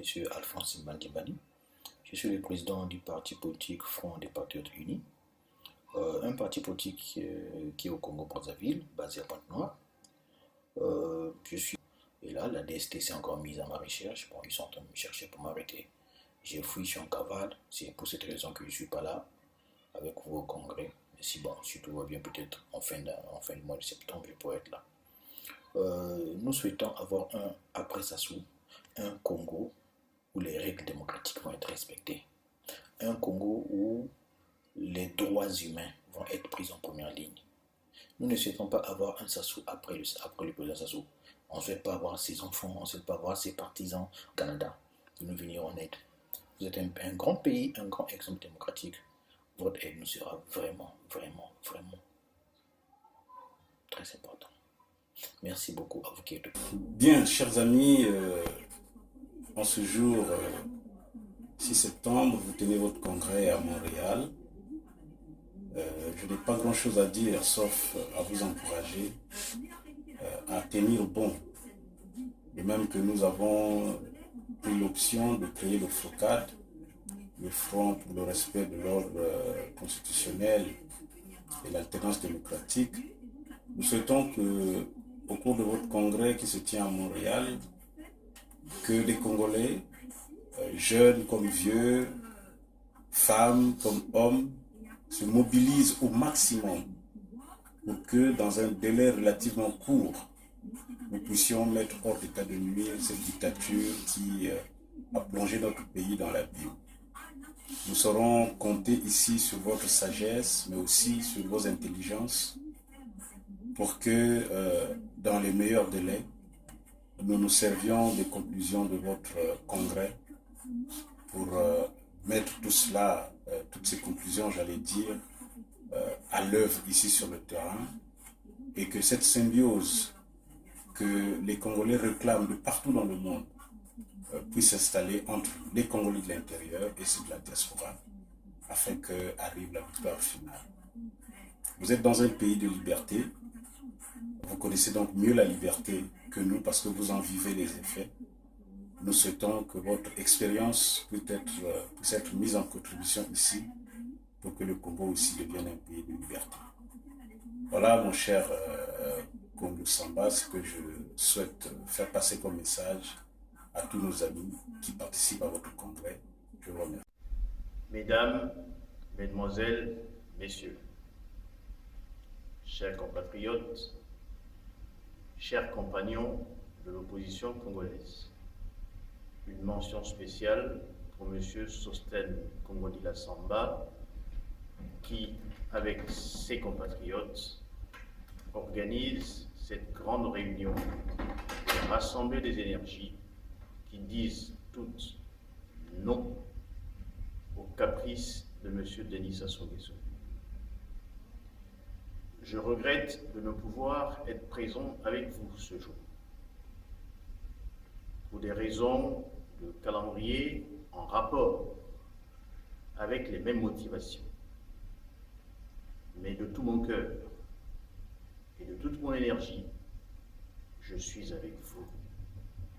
Je vous encourage dans ce combat qui vous engage pour redonner de la crédibilité et de la confiance à ce pays qui en a tant besoin. Aujourd'hui, le moment est venu de redoubler plus que d'efforts pour contraindre M. Sassou Nguesso à partir du pouvoir sans condition. Accepter de plier devant le caprice du président de la République, c'est être associé à une complicité sans nom dans ce crime du système Nguesso qui consiste à piller sans fin notre pays. Nous ne sommes pas dans une ligne de revanche. Nous proposons la construction d'un État dans lequel 3 piliers doivent être privilégiés. Premièrement, il va falloir une réconciliation véritable. Les plaies qui jusque-là n'ont été que pensées doivent être détergées et greffées. Il nous faut faire prévaloir le renouveau démocratique. On ne peut ni tout gagner, ni tout perdre. Il faut redonner à l'opposition toute sa place et toute son énergie et sa reconnaissance dans le pays. La majorité doit pouvoir gouverner et assumer. Enfin, il nous faut reconstruire l'économie du pays. Aujourd'hui, nous sommes dans une rente pétrolière. Demain, nous proposons d'entrer dans une véritable croissance qui soit cette fois-ci inclusive, avec une production locale qui soit valorisée pour augmenter le pouvoir d'achat et créer des emplois. Mes chers compatriotes, tout ce programme ne peut être possible que si l'unité est mise au grand jour, l'unité des forces patriotiques et sociales qui luttent contre le colonialisme national qui s'impose à nous depuis 55 ans aujourd'hui. Mes chers compatriotes, plein succès aux travaux du Congrès de l'opposition de Montréal, plein succès à l'équipe du Carton Rouge, plein succès au peuple congolais. Vive la République, vive le Congo. Je vous remercie.